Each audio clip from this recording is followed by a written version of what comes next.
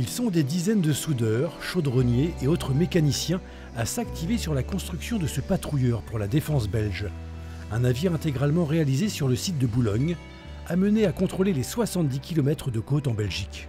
Dans un contexte aujourd'hui géopolitique un peu tendu, on a de plus en plus de trafic en Manche, mer du Nord, avec du passage de bateaux russes notamment, avec également des parcs éoliens qui sont de plus en plus denses en zone maritime belge.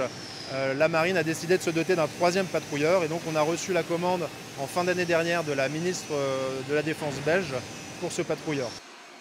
Autre client, les Affaires maritimes, qui a passé une commande novatrice avec ce patrouilleur de 54 mètres de long destiné à rejoindre la Charente-Maritime en 2028. Un navire qui se veut vertueux et pour cause.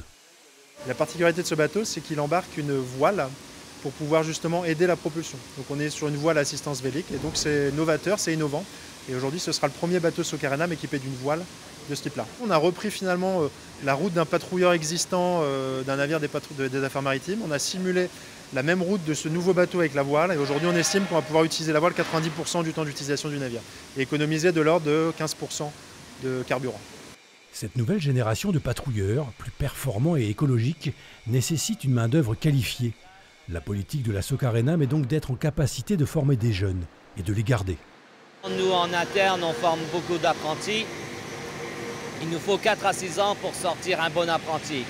Et généralement, c'est très dur de trouver les bonnes personnes parce qu'il faut avoir une bonne aptitude à lire dans l'espace, à retourner sa pièce dans l'espace, à avoir la vision 3D.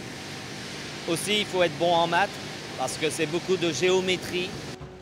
Depuis sa création en 1961, plus de 350 navires ont été conçus par la Socarénam. Avec un carnet de commandes plein jusqu'en 2031, le plus dur sera de maintenir le cap. Mais en navigation, l'équilibre, c'est le maître mot.